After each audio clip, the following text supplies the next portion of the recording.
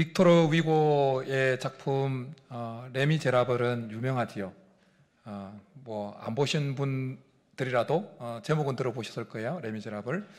그 작품에 두 주인공이 등장합니다. 한 명은 선하게 살려고 몸부림치는 장발장이고, 또 한 명은 그 장발장을 끝까지 못 살게 추격하는 형사 자베르입니다. 프랑스 대혁명이 일어나고 청년 대원들에게 그 자베르가 잡혀서 총살 직전에 이릅니다. 그때 장발장은 그 자베르를 살려줍니다. 충격을 받고 형사 자베르가 이렇게 장발장에게 질문합니다. 당신이야말로 나를 가장 죽이고 싶을 텐데 왜 나를 살려줍니까? 그러자 장발장이 이렇게 대답을 합니다. 이 세상에는 넓은 것이 참 많소. 바다가 땅보다 넓고 하늘이 그것보다 더 넓소. 그런데 그것보다 더 넓은 것이 있어. 용서하는 관대한 마음이요. 이렇게 대답합니다. 그 말에 그 냉혈 인간이었던 형사 자베르의 눈에서 눈물이 쫙 흐릅니다. 우리가 살아가는 이 세상에서 의도했건 의도하지 않았건 때론 사람들과의 관계에서의 이 관계가 틀어지고 깨어질 때가 있습니다.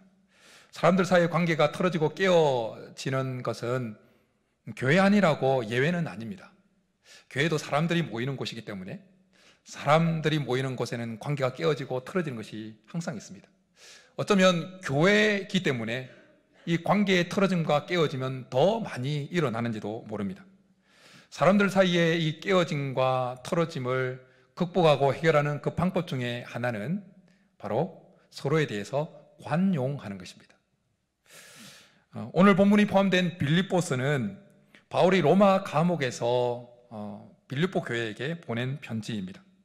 바울이 빌립보 감옥에 있을 때, 로마 감옥에 있을 때 빌립보에 편지를 보내었는데, 빌립보 교회는 감옥에 갇힌 그 바울을 부끄러워하지 않습니다. 오히려 그를 위해서 기도하고 후원금을 보냅니다. 바울이 감옥에서 당한 그 괴로움에 함께 동참을 했습니다. 그렇게 바울에게 있어서 빌립보 교회와 성도들은 참 고마운 존재고, 그리고 빌립보 교회를 생각할 때마다 그 마음에, 바울 마음에 기쁨과 감사가 넘쳐났습니다. 그런데 그런 빌립보 교회 안에 성도들 사이에 반목과 불화가 생긴 것입니다. 그리고 이 소식은 바울에게까지 전달되어졌습니다. 바울은 편지를 쓰면서 그를 후원하는, 그를 위해서 기도해주는 빌립보 교회의 그 편지에서 감사를 표하면서 한편으로는 그 성도들 사이에 일어난 그 반목과 불화를 치유할 수 있는 방법 중에 하나, 그 비결을 제시합니다. 그것은 서로 관용하라라는 것이었습니다.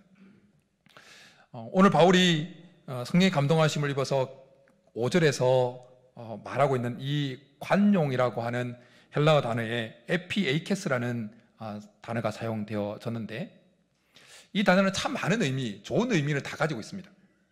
온유, 친절, 온순, 이성, 분별, 인자, 아량, 관대함. 좋은 의미 다 가지고 있는 단어예요. 에피에이케스. 근데 이 단어를 문자적으로 보면 상대방에게, 어떤 대상에게 자신의 우위성을 드러내지 않는 것이라는 의미가 있습니다. 교회는 어떤 곳입니까? 교회는 자기 잘난 맛에 사는 곳입니까? 아닙니다. 세상은 자기 잘난 맛에 사는 곳이지만, 그러나 교회는 오히려 자기의 우위성을 내려놓고 예수 그리스도를 닮아서 겸손하게 자기를 낮추면서 살아가는 곳이 교회입니다.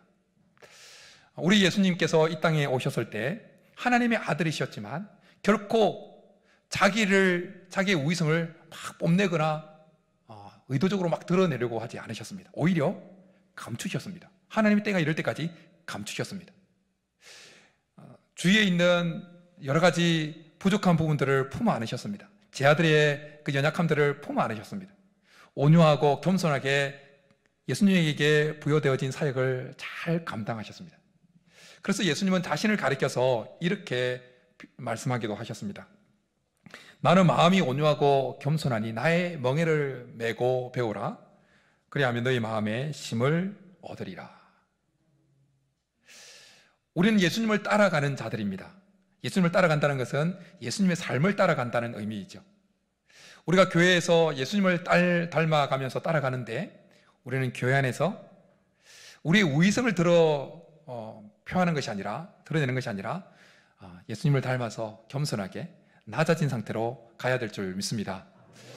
오늘 하나님은 사도 바울을 통해서 우리가 행하는 이 관용을 다른 사람이 알게 하라고 말씀합니다. 여러분, 다른 사람들이 우리가 행하는 베푸는 관용을 알게 하려면 그냥 마음으로만 난 당신을 관용해요, 용서해요, 받아들여요, 이렇게 해서는 안 되고, 알게 하기 위해서는 뭔가 구체적인 행동이 필요한 것입니다. 구체적인 행동. 친절할 수 없는 상대에게 친절을 베풀 때, 용서할 수 없는 상황 속에서 용서할 때, 참을 수 없는 그 상태에서 참는 모습을 보일 때, 인내할 수 없는 그 상황 속에서 인내할 때, 그 상대방은 지금 이 사람이 관용을 베풀고 있구나, 관대함을, 아량을 베풀고 있구나, 온유하게 겸손하게 뭔가 지금 나를 대해주고 있구나, 그 관용을 알게 되어진다는 것입니다. 말씀 시작하면서 언급했던 그 레미 제바라볼에 나오는 장발장이 자베르 행사를 용서하는 그 모습 속에서 누가 봐도 모든 사람이 지금 장발장이 관용을 베풀고 있구나, 아랑을 베풀고 있구나, 관대함을 표하고 있구나를 누구나 느낄 수 있는 것처럼 말입니다. 우리 교회 안에 이런 관용이 넘쳐날 수 있기를 축복합니다. 그런데 오늘 하나님은 바울 사도를 통해서 5절에서 우리가 다른 사람들에게 관용을 베풀 때 어떤 특정한 사람에게만 아니라 모든 사람에게 우리가 베푸는 관용이 알려지도록 하라고 말씀합니다. 여러분, 몇몇 사람들에게 혹은 우리 마음에 맞는 사람에게 온유하게 대하고 아량을 베풀고 관대하고 이렇게 관용을 베푸는 것은 그렇게 어렵지 않습니다. 그런데 하나님은 우리에게 사도 바울을 통해서 우리가 만나는 모든 사람들이 지금 우리가 관용을 베풀고 있다는 것을 느낄 수 있도록 하라고 말씀합니다. 그 모든 사람이라고 하는 그 단어에 해당되어지는 대상 중에는 우리를 힘들게 하는 사람도 포함될 수 있습니다. 우리에게 계속 태클을 거는 사람도 포함될 수 있습니다. 우리로 하여금 마음에 계속 무거운 짐을 가지게 만드는 사람일 수 있습니다. 뒤통수 맞아도 우라가 치밀어 오르게 만드는 대상일 수도 있습니다. 그런 사람도 다 포함되어집니다. 그런 모든 사람들이 우리가 관용을 베풀고 있다는 것을 느낄 수 있도록 그렇게 하라고 말씀합니다. 쉽지는 않죠. 오늘 말씀을 통해서 우리가 서로에 대해서 특별히 이제 이 빌립보서 교회 안의 공동체, 교회 공동체 안에서의 어떤 관용을 베푸는 것에 대해서 말씀하고 있는 부분인데, 우리가 교회 안에서 특별히 서로에 대해서 관용을 베풀어야 하는 이유를 오늘 본문에서는 두 가지를 발견할 수가 있습니다. 첫 번째는 하나님께서 우리에게 주신 그 기쁨을 계속해서 누릴 수 있도록 하기 위해서, 우리가 하나님께서 주신 그 기쁨을 누리기 위해서, 계속해서 누리기 위해서 우리는 다른 사람에 대해서 관용을 베풀어야 된다는 것입니다. 빌립보서는 앞서 언급했던 것처럼 바울이 로마 감옥에서 기록한 서신입니다. 그런데 바울이 감옥에서 기록한 서신이라고는 느끼지 못할 만큼 빌립보서에는 기뻐하라고 하는 이 기쁨의 단어가 참 많이 있습니다. 그래서 빌립보서를 다르게 부르기를 기쁨의 서신이다라고, 옥중 서신이지만 또 한편으로는 기쁨의 서신이라는 별명을 붙이기도 합니다. 바울은 그래서 빌립보 교회를 위해서 기도하면서도 내가 기쁨으로 항상 간구한다라고 말했습니다. 그런데 바울에게 앞서 언급했던 것처럼 바울에게 이 빌립보 교회 안에 성도들 사이에 반목이 일어나고 불화가 일어났다는 소식이 전해졌을 때 바울의 마음에는 기쁨보다는 근심이 밀려오게 되었습니다. 그리고 그 빌립보 교회 성도들 사이에 일어난 그 반목과 불화에 대한 그 소식이 바울의 마음을 더 힘들게 하고 무겁게 했던 이유는 그 반목의 주체들이 그냥 초신자, 갓 빌립보 교회에 들어오는 자들이 아니라 교회에서 상당한 역할을 담당하고 있던 자들이었기 때문이었습니다. 바울이 2절에서 언급하고 있는 유오디아와 순두계, 여러분 순두계 하면 뭐가 떠오릅니까? 순두부. 본문을 읽을 때마다 유오디아와 순두부를 그렇게 자꾸, 어쨌든 유오디아와 순두계, 이들은 빌립보 교회에서 아주 중추적인 역할을 하던 자들이었습니다. 성경학자들에 따르면 유오디아와 순두계는 사도 바울이 마게도냐 처성인 빌립보에 교회를 개척할 때 아주 지대한 역할을, 상당한 역할을 한 인물들로 그렇게 표현을 하고 있습니다. 실제 마게도냐 지역은 바울이 복음을 전도할 당시에 자녀들이 아빠의 성을 따르지 아니하고 엄마의 성을 차용할 만큼 아주 그 여성의 지위가, 파워가 대단했습니다. 그리고 여성들은, 부녀자들이 개인 재산을 다른 지역과는 다르게 부녀자 자기 이름으로 개인 재산을 보유할 수가 있었습니다. 그렇게 바울이 마게도냐 처성이었던 빌립보에 교회를 개척할 때 그 여인들의 역할이 아주 컸는데, 그 중에서 오늘 언급되어지고 있는 유오디아와 순두계는 아주 많은 역할을 했다는 겁니다. 그렇게 유오디아와 순두계 두 여인, 집사님이었는지 모르겠지만 두 여성도 사이의 반목과 불화는 단순히 두 여성도 사이의 반목과 불화로 그치는 것이 아니었고, 온 전체 교회 공동체를 반으로 쪼개놓는 반목과 불화였습니다. 유오디아 편에 선 사람들과 순두계 편에 선 사람들 사이에 반목과 불화로 그게 확전되어진 것입니다. 그렇게 바울의 마음이 더 무거워졌던 것입니다. 빌립보서의 주제는 기쁨입니다. 이 기쁨은 빌립보서의 주제만이 아니라 하나님을 섬기는 우리들에게 하나님께서 주신 여러 가지 복들 가운데 중요한 복입니다. 이 기쁨은 그런데 이 기쁨은, 하나님께서 주신 이 기쁨은 사람들과의 관계가 틀어지고 깨어질 때 방해를 받고 사라지기 시작합니다. 그래서 바울은 오늘 우리가 읽은 본문 4절에서 그 유오디아와 순두계를 권하고 서로 하나 되라고 하고 난 다음에 항상 기뻐하라, 내가 다시 말하노니 기뻐하라고 기쁨을 이야기를 하고, 그 기쁨을 사라지게 만드는 그 반목과 불화를 해결할 수 있는 관용에 대해서 말을 하고 있는 겁니다. 여러분, 기쁨과 관용은 같이 굴러갑니다. 그래서 우리 속에 다른 사람을 향한 이 관대함, 아량, 용서하고 겸손하고 온유하게 하는 이것이 사라지면 우리 속에도 기쁨이, 하나님 주신 기쁨이 사라집니다. 부부싸움 하면 기쁨이 있습니까? 없습니까? 없습니다.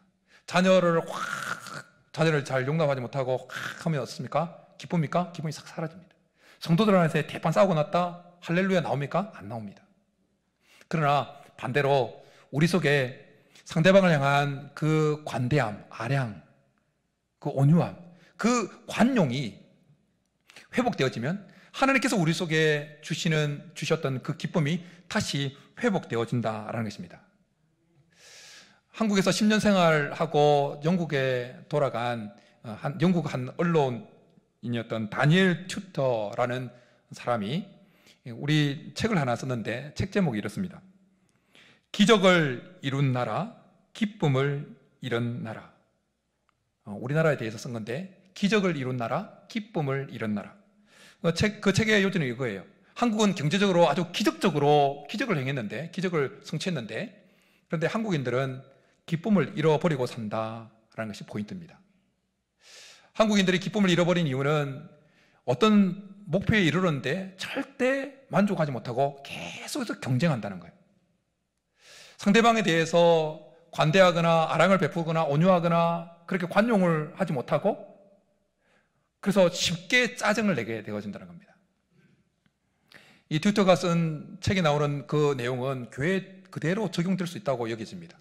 여러분, 우리 안에 서로에 대한 그 관대함이, 그 아량이, 그 관용이 사라지면 하나님께서 우리에게 주시는 그 기쁨 또한 사라져 버리는 겁니다. 요디아와 순두개는 오늘 본문에 보면 그들의 이름이 생명책에 기록되어 있습니다. 지난주에 하나님의 책에서 생명책에서 이름이 지워질 수도 있다고 했는데 섬뜩했죠. 그런데 지금 요디아와 순두개는 그들의 이름이 생명책에 기록되어져 있는 거예요. 그들이 바울을 통해서 예수 그리스도의 복음을 듣고 그들의 모든 죄가 사함받았다는 이 확신이 들었을 때 그들 마음속에 얼마나 기쁨이 넘쳤을까요? 하나님 주신 그 죄사함의 기쁨이 가득했을 겁니다. 그런가 하면 사도 바울과 동력 함께 힘썼다고 했는데 요대아와 순두개가 그렇게 바울과 함께 협력해서 복음이 이방인들에게, 믿지 않는 자들에게 막 증거되어지는 모습을 볼 때 요대아와 순두개 마음에는 하나님 주신 그 영혼 구원에 대한 기쁨, 하나님이 느끼는 그 기쁨이 동일하게 그들 속에 가득했을 겁니다.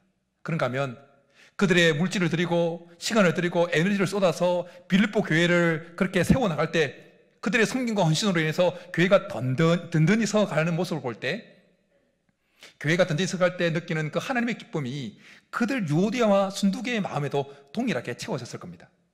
여러분, 우리가 그렇지 않습니까? 교회가 힘들었는데 함께 우리 성도님들이 기도하고 애를 쓰고 함께 헌신하고 봉사해서 교회가 든든히 서가는 모습을 볼 때 그 헌신했던 사람만이 느낄 수 있는, 애쓰고 수고하고 시간을 들이고 물질을 쏟아부었던 사람들만이 느낄 수 있는 그 하나님께서 주시는 기쁨이 있습니다. 요디아와 순두개 마음에는 다른 사람, 그냥 일반 초신자들이 느낄 수 없는, 교회를 세워나가면서 헌신했던 그 자에게 주시는 하나님의 기쁨이 있었습니다. 그런데 어떤 이유에 있는지, 어떤 계기가 있는지 모르겠지만 요디아와 순두개가 서로 반목하기 시작하면서, 서로 불화하기 시작하면서, 서로 다투기 시작하면서 하나님께서 그녀들에게 주셨던 그 기쁨이 어느 한순간 다 사라져 버렸던 것입니다.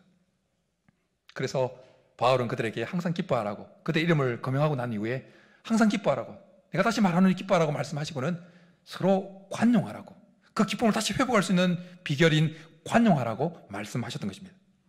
여러분, 사랑하는 성도 여러분, 우리 안에 예수님이 내 죄의 모든 죄를 사하여 주셨다는 사실로 인하여 여전히 기쁨이 있습니까? 우리의 이름이 생명책에 기록되어졌다는 사실에 기쁨이 있습니까? 혹시 그런 기쁨이 사라졌다면 그 기쁨이 사라진 이유가 혹시 다른 사람과의 갈등 때문은 아닌지 한번 잘 점검해 볼 수 있기를 바랍니다. 바라기는 우리 속에 서로에 대한 그 관용이 회복되어져서 하나님께서 우리에게 주셨던 그 기쁨이 다시 회복되어지고 그 기쁨을 누릴 수 있기를 축복합니다. 다시 본문으로 돌아와서 우리가 모든 사람에 대해서 그 관용을 베풀고 해야 되는 두 번째 이유는 주를 맞을 준비를 잘 하기 위해서입니다. 바울은 오늘 5절에서 우리가 모든 사람이, 너희 관용을 모든 사람이 알게 하라고 말씀하고 난 이후에 뒤이어서 이렇게 말씀합니다. 주께서 가까우시니라. 주께서 가까우시니라는 말씀은 주께서 재림하실 때가 가까웠다는 거예요. 그렇다면 이런 의문이 듭니다. 우리가 모든 사람에게 관용을 알게 하는 것, 관용을 베풀어서 관용을 알게 하는 것과 주의 재림하고 무슨 관련이 있는가? 무슨 연관이 있는가라는 겁니다. 무슨 연관이 있기에 이렇게 바로 연결해서 말씀을 하고 있느냐라는 것입니다. 그것은 다시 오실 그 주님의 성품과 결이 같아지기 위해서라는 겁니다. 여러분, 사실 모든 사람에게 관용을 베푸는 거 쉽지 않지만 모든 사람에게 관용을 베푼 이 모습은 우리 주 예수님의 모습입니다. 예수님은 공생의 기간 동안 자기를 따르는 제자들의 그 연약함, 부족함, 제자들의 그 부족함만 받아들이고 그들에게 관대함을 베풀고 관용을 베풀었던 것이 아닙니다.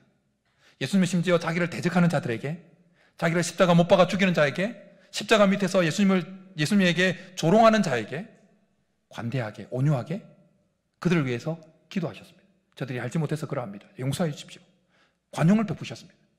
십자가에 같이 못 박혀서 실컷 예수님을 욕하다가 한순간 돌아서서 당신 나라에 임할 때 나를 좀 기억하여 주시라 했던 그 강도에게도 관대함을 베풉니다. 관용을 베풉니다. 그러기에 모든 사람에게 이 관용을 베푸는 모습은 우리 주 예수님의 모습이기에 우리가 주님이 이 땅에 오실 때 주님의 결과 다르면 우리는 그 곁에 서 있을 수가 없습니다. 결이 같아야 같이 서 있을 수가 있는 거예요. 예수님의 결은 뭐냐? 모든 사람에게 관용을 베푸는 거예요. 그래서 히브리서 기자를 통해서 하나님은 이렇게 말씀합니다. 모든 사람과 더불어 화평함과 거룩함을 따르라. 이것이 없이는 아무도 주를 보지 못하리라. 아무도 주를 보지 못하리라. 어떤 사람이요? 모든 사람과 더불어 화평함을 유지하지 않는 자, 거룩함이 없는 자는 주를 보지 못한다는 거예요. 여러분, 우리 주님은 화평의 왕입니다. 평화의 왕입니다. 그래서 주님이 오시는 그곳에는 평화가 임합니다. 성탄의 계절에 우리 아기 예수님으로 예수님 오셨을 때 천사들이 노래한 노래를 우리 그 내용을 잘 알고 있습니다. 지극히 높은 곳에서는 하나님께 영광이요, 땅에서는 기뻐하심을 입은 사람들 중에 평화로다. 우리 주님은 평화의 왕으로 오셨습니다. 그런데 우리 주님이 평화의 왕이라는 이 사실은 하나님께 주님이 이 땅에 임할 때 평화가 임하지만 동일하게 역으로 주님은 평화가 있는 곳에, 화평함이 있는 곳에 임재하시고 자기를 드러내신다라는 것입니다. 반대로 말하면 화평함이 없는 곳에 찢고 뽑고 싸우고 하는 데는 주님이 자기를 드러내시기를 멈추신다라는 것입니다. 그러기에 주님은 이렇게도 말씀하셨습니다. 예물을 제단에 드리다가 거기서 형제들에게 원망 들을 만한 일이 있는 것이 생각나거든 예물을 제단 앞에 두고 먼저 가서 형제와 화목하고 그 후에 와서 예물을 드리라. 여러분, 주님이 다시 오실 때, 재림날이 가까웠는데 주님이 다시 오실 때 우리가 여전히 어느 누군가와 반목하고 불화하고 싸우고 있는 상태였다면, 히브리서 기자를 통한 말씀에 근거하면 우리가 그때 재림하신 주님을 보지 못하는 거예요. 얼마나 큰 일입니까? 그러니까 우리가 모든 사람에게 관용을 나타내야 되는 이유는 재림하시는 그 주님을 잘 맞이하기 위함이라는 거예요. 실컷 잘 살아가다가 주님 오실 만한 그때에, 언제인지 모르지만 그때에 죄송합니다, 이런 표현을 써서 아다리가 안 맞아서 그때 여전히 우리가 누군가를 미워하고 반목하고 불화하고 있으면 끔찍하죠. 그때 생각하면, 그런 상황이 발생하면. 그러나 우리가 누군가에게 용서할 수 없을 때 용서를 베풀고, 친절을 베풀 수 없을 그때에 친절을 베풀고, 인내할 수 없을 때, 참을 수 없을 때 참고, 관대할 수 없는 그 대상에게 관대하고, 그래야 할 때 주님이 재림하실 때뿐만 아니라 우리는 이 세상에 주님이 재림하기 전에도 이 세상을 살아가는 동안에 하나님의 임재를 경험하게 될 줄 믿습니다. 뿐만 아니라 그런 용서를, 관대함을, 관용을 베풀 때 주님이 언제 오시든지 우리는 주님을 기쁘게 맞이하게 될 줄 믿습니다. 바라기는 우리 속에 관용이 정말 넘쳐나서 회복되어져서 주님이 언제 오시든지 주님을 맞이할 수 있기를 간절히 축복합니다. 그런데 여러분, 우리가 삶을 살아오면서 아니, 목사님만 하세요, 이거 관용 너무 어려워요, 그런 마음이 도르지 않습니까? 너무 모든 사람에게 관용을 베푸는 것, 우리 속에 하나님께 주신 그 기쁨을 계속 회복하고 유지하고 누리는 것, 그리고 주님을 맞을 준비가 잘 되게 하기 위해서 이 모든 사람에게 관용을 베푸는 것이 중요한데, 근데 실제 삶은 어떻습니까? 관용을 베푸는 것이 너무 어려워요. 너무 어렵습니다. 저 인간만 없으면 좋겠는데 라는 그 대상에게 관용을 베푼다? 눈에 흙이 들어갈 때까지 안 하고 싶은 마음이 있습니다. 본성이에요. 그러나 여러분, 너무나 중요하기 때문에 지옥 가면 안 되잖아요. 그러기에 우리가 힘들지만 우리가 앞으로 계속해서 모든 사람에게, 교회 안에서 모든 사람에게 관용을 베풀기 위해서 실제적인 두 가지 제안을 합니다. 지침을 합니다. 하나는, 첫 번째는 공통분모에게, 우리 속에 있는 공통분모에 더 집중하는 것입니다. 우리에게 있는 공통분모에 더 집중하는 것입니다. 어려운 수학 시간으로 조금 더 들어가겠습니다. 분수라는 것이 있지 않습니까? 2분의 1, 3분의 1 분수 아시지요? 예. 근데 이 두 분수 사이에 분자가 있고 분모가 있습니다. 분모는 밑에 있는 것이고 분자는 위에 있는 것이죠. 근데 위에 분자가 이렇게 3, 5 뭐 이렇게 있다 할지라도 분모가 숫자가 커지면 커질수록 두 분자 사이의 차이는 0점대로 자꾸 떨어져요. 차이가 점점 줄어듭니다. 희미해져요. 그래서 두 분수의 그 분자 두 개가 아무리 커도 분모가 무한대로 가버리면, 지금 따라오고 계십니까? 수학 시간에. 분모가 무한대로 가버리면 분자가 아무리 커도 두 분수 차이는 아예 무의미해져 버립니다. 여러분, 우리는 다 다른 배경을 가지고 있습니다. 다른 성격을 가지고 있습니다. 다른 성장 배경을 가지고 있습니다. 다른 기질을 가지고 있습니다. 다른 경험들을 가지고 있습니다. 그것들은 모두 다 우리가 가지고 있는 분수에 치면 다 분자들에 해당돼요. 분자들에. 우리 모두는 다 서로 다른 분자들을 가지고 있어요. 그런데 우리의 공통분모는 뭘까요? 예수 그리스도입니다. 예수 그리스도. 무한대 같은 예수 그리스도. 예수 그리스도가 우리의 공통분모였는데, 이 공통분모인 예수 그리스도를 우리가 더 집중하고 더 강력하게 우리 속에 가득 채울 때, 우리 안에 있는 서로 다른 분자와 같은 서로 다른 크고 작은 것들이 무의미해져 버리게 되어진다는 것입니다. 우리 안에 예수 그리스도를 공통분모로 더 가득 가지게 될 때, 우리는 서로의 다름에 대해서 더 관대해지고 아량을 베풀고 더 관대해질 수 있다는 것입니다. 요디아와 순두계, 그렇게 빌립보 교회의 반목의 두 축을 형성하고 있던 그 요디아와 순두계에게, 그래서 사도 바울은 이렇게 권면하고 있는 겁니다. 주 안에서 같은 마음을 품으라. 주 안에서 니네들이 가지고 있는 그 공통분모인 주 예수 그리스도, 그 예수 그리스도에게 더 집중하라는 것입니다. 주 안으로 들어가는 것입니다. 공통분모 안으로 들어가는 것입니다. 그럴 때 한 마음을 가질 수 있게 되어진다는 것입니다. 사실 요디아와 순두계는 많은 공통분모를 가지고 있는 자들이었습니다. 그들 모두가 그들의 이름이 생명책에 기록되어져 있는 자들입니다. 바울과 함께 힘썼던 자들입니다. 함께 빌립보 교회를 세워갔던 자들입니다. 그런 공통분모를 생각하면 요디아와 순두계의 성향과 기질이 달라질 수도 있습니다. 성장 배경이 달라질 수도 있습니다. 그러나 그 공통분모를 더 집중하고 그것에 더 가득 채웠다면, 그들 속에 그 공통분모를 가득 채웠다면, 그들 안에 있었던 여러 가지 분자에 해당되어지는 여러 가지 서로 다른 것들이 아무것도 아닌 것처럼 그들 속에 다가왔을 겁니다.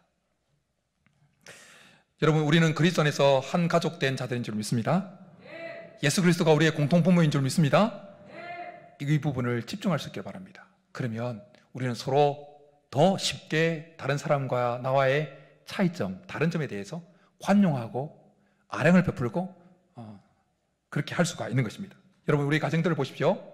한 배에 태어났지만 자녀들이 다 다릅니다. 우리 집에도 4명이 있지만 다 달라요.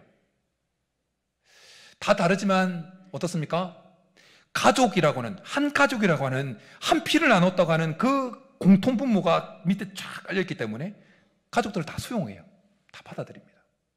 여러분, 우리는 그리스도 안에서 한 가족된 자들인 줄 믿습니다. 이걸 놓치면 안 되는 거예요. 우리의 공통분모는 그리스도입니다. 우리의 신앙이 연륜도 아니고 우리가 어떤 생각하는 바도 아니에요. 우리의 공통분모는 예수 그리스도입니다.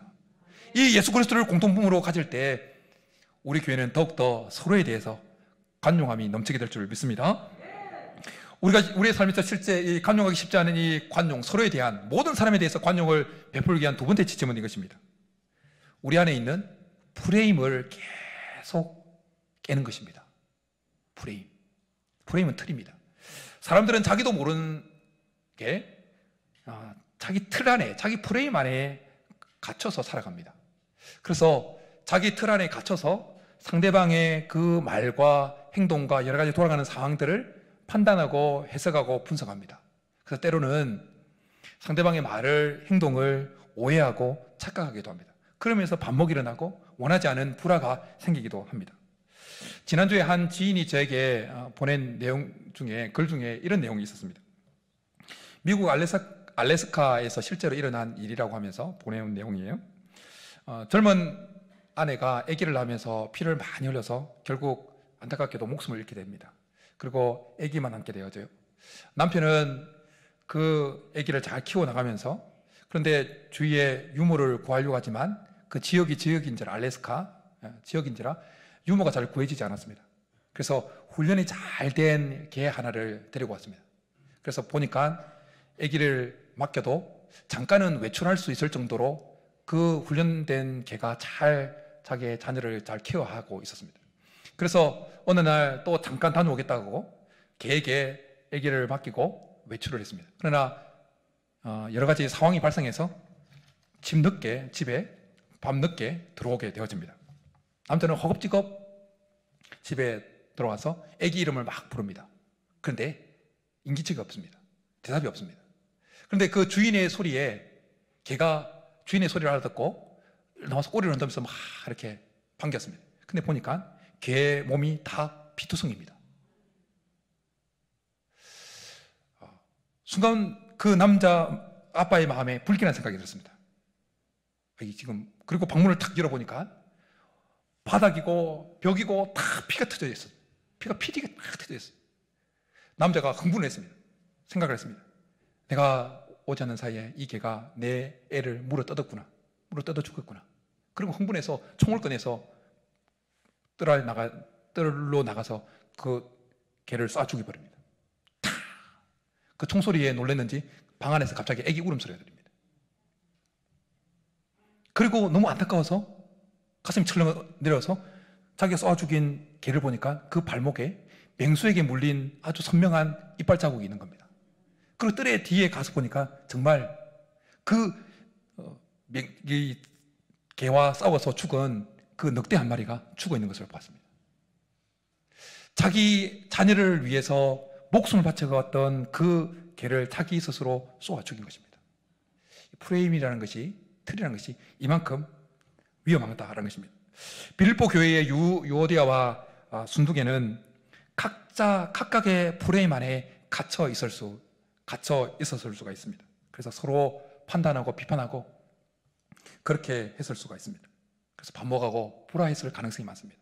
그런가 하면 그 상대방에게 특정한 프레임을 씌워버렸을 수도 있습니다. 저건 안 돼. 저건 못된 니언 못된 이렇게 그 상대방에게 씌운 그 프레임 때문에 상대방의 그 행동과 말과 서로 교회를 잘 되기 위해서 헌신하고 섬기는 이것이 꼴보견으로 요디아 눈에는 순두개의 그 헌신과 봉사가, 순두개의 눈에는 그 요디아의 헌신과 봉사가 꼴보견으로 보이지 사라졌으면 하는 그 모습으로 상대방의 잘못 씌운 그 프레임 때문에 다가왔을 가능성이 많습니다.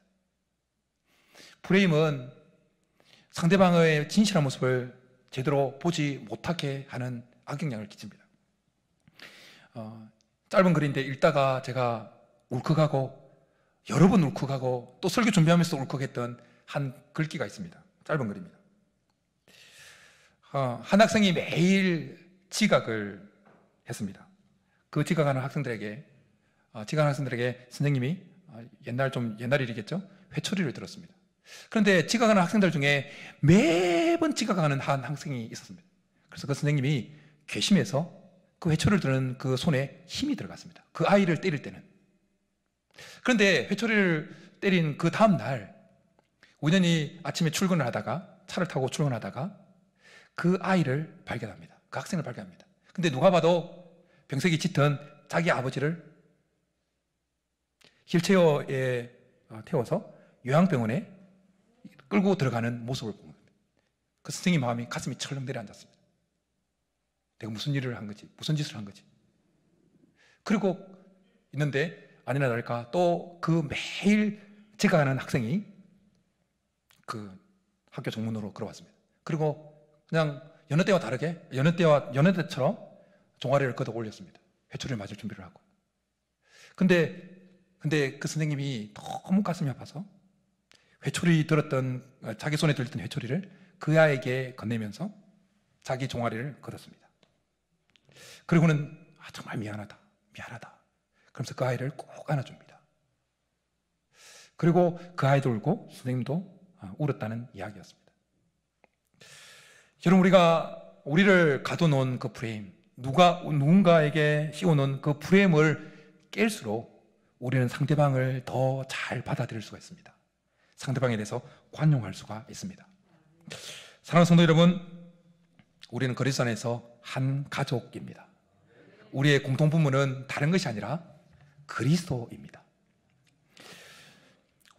우리 안에 공통부모인 그리스도에게 더 집중하면서 우리 안에 있는 프레임을 계속 깨어나갈 수 있기를 축복합니다. 그래서 주께서 우리에게 허락하셨던 그 기쁨을 회복하고 그 기쁨을 계속 누리면서 주님이 언제 오시든지 마라나타 주 예수 어서 오시옵소서 주님을 기쁘게 맞이할 수 있는 저와 여러분이 될 수 있기를 주님 여러분 축복합니다. 이 시간 우리 말씀 생각하면서 하나님 이런 교회가 우리 소사제일교회가 이런 교회 되게 하옵소서. 우리 말씀 생각하고 또 찬양의 가사 생각하면서 찬양하고 기도하며 나가겠습니다.